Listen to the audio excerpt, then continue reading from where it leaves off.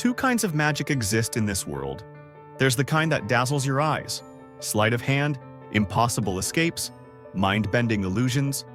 And then there's the magic of a movie franchise making a comeback a decade after everyone thought it was done. And that brings us to the third act in this conjuring cinematic saga. Now you see me, now you don't.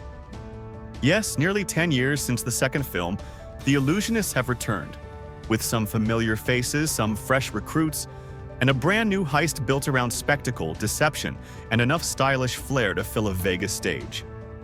This latest chapter pairs two generations of performers, the original horsemen we've followed since movie 1, plus three rising illusionists who specialize in everything from digital misdirection to old-school street magic.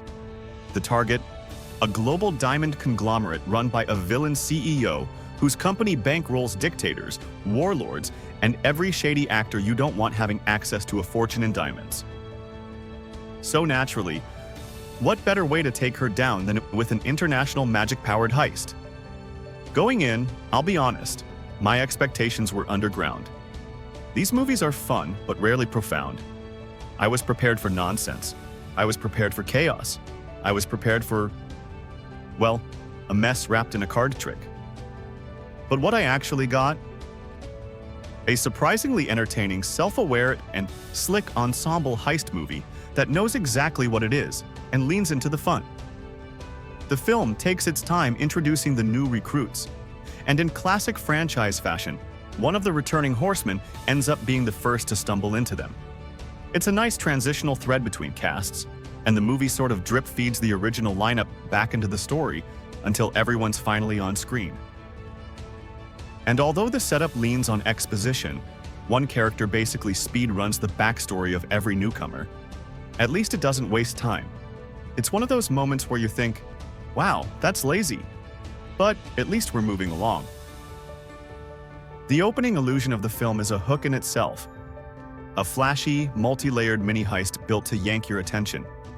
If you somehow avoid watching the trailers beforehand, it plays even better because you aren't spoiled on the gimmick. It's bold, stylish, and sets the tone for everything that follows. High-energy magic sequences wrapped around a globe-trotting heist. As the plot unfolds, the film settles into a rhythm of illusion, reveal, over and over, mirroring the structure of real magic shows. This works in the movie's favor. Instead of waiting 2 hours for one big twist at the end, the film gives the audience continuous payoffs. You get these rapid-fire, "Oh, that's how they pulled it off," moments that keep the pacing lively.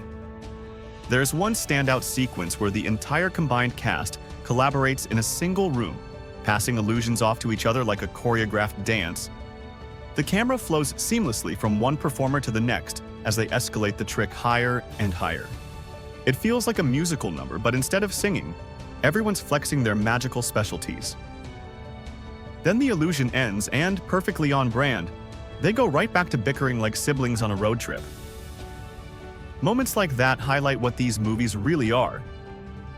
A mix of heists, banter, and magician-flavored chaos wrapped in glossy, slightly cheesy fun.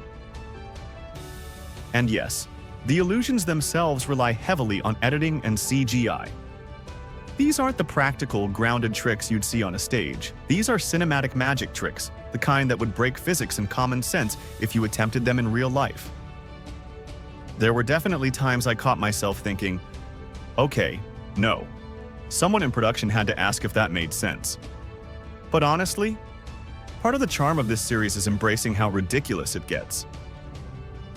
By the time the final act rolls in, the movie feels like a victory lap for the franchise. Lots of callbacks, lots of swagger, and just enough new ideas to justify its existence. I went in ready to shrug it off and wait for streaming, and I still might recommend waiting for streaming. But I walked out with a smile. It's entertaining, it's breezy, it's fun without trying to be something it's not.